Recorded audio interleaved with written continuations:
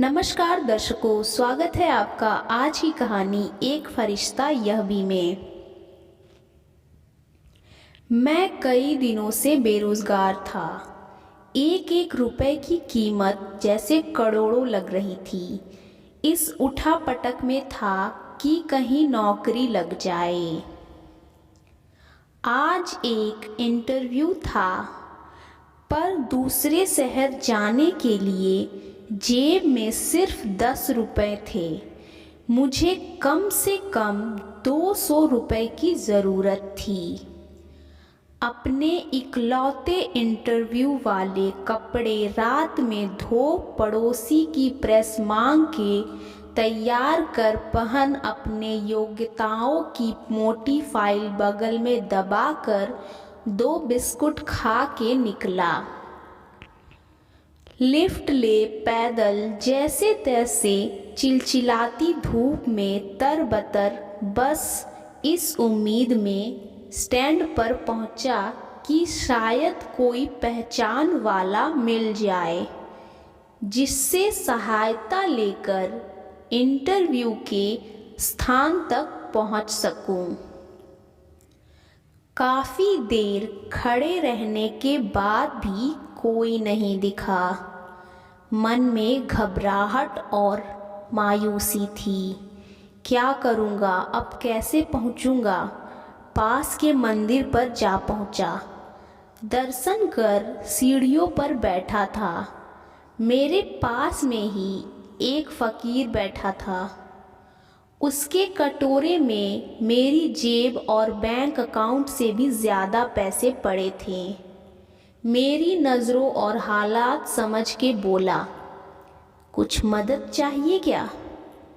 मैं बनावटी मुस्कुराहट के साथ बोला, आप क्या मदद करोगे? चाहो तो मेरे पूरे पैसे रख लो, वो मुस्कुराता बोला। मैं चौंक गया। उसे कैसे पता मेरी ज़रूरत? मैंने कहा, क्यों? शायद आपको ज़रूरत है, वो गंभीरता से बोला। हाँ है तो, पर तुम्हारा क्या? तुम तो दिन भर मांग के कमाते हो। मैंने उसका पक्ष रखते हुए कहा। वो हंसता हुआ बोला, मैं नहीं मांगता साहब, लोग डाल जाते हैं मेरे कटोरे में पुण्य कमाने के लिए। मैं तो फ़कीर हूँ, मुझे इनका कोई मोह नहीं।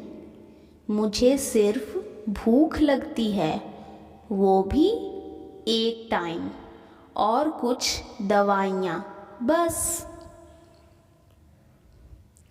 मैं तो खुद ये सारे पैसे मंदिर की पेटी में डाल देता हूँ। वो सहज था कहते कहते। मैंने हैरानी से पूछा, फिर यहाँ बैठते क्यों हो? ज़रूरतमंदों की मदद करने, कहते हुए वो मंद मंद मुस्कुरा रहा था।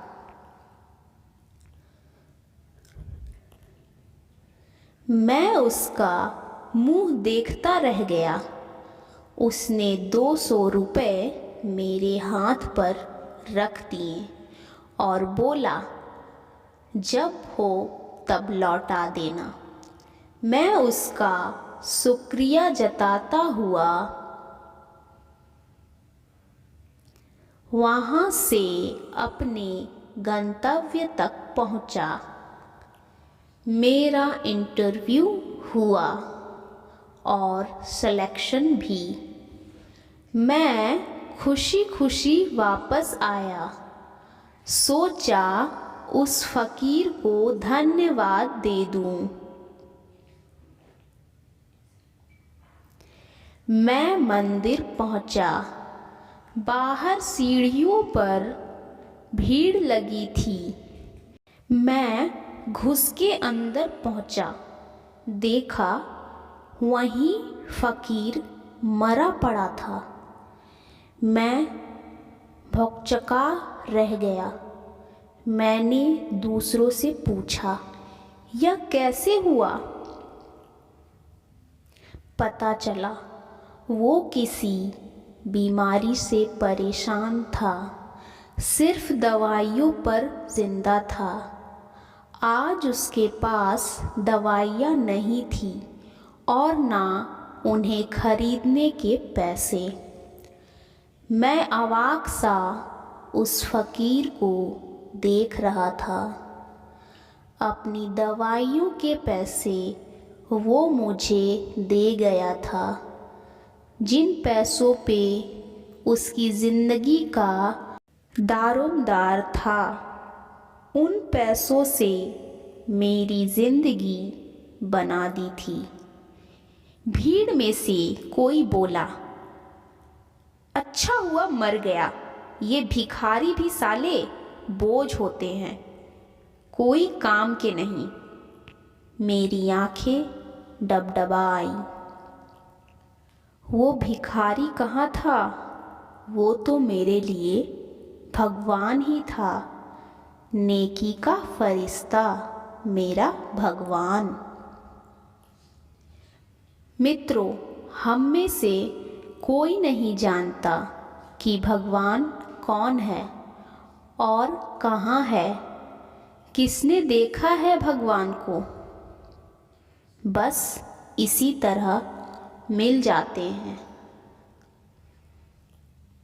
तो दर्शकों, आपको ये कहानी अच्छी लगी तो वीडियो को एक लाइक ज़रूर कर दें और आपकी क्या राय है हमें कमेंट करके ज़रूर बताएं और साथ ही इस स्टोरी को अपने दोस्तों को भी शेयर करें और ऐसी कहानियाँ सुनने के लिए मेरे चैनल को सब्सक्राइब कर लें और बेल आइकन को ऑल पे सेट कर दें। धन्यवाद।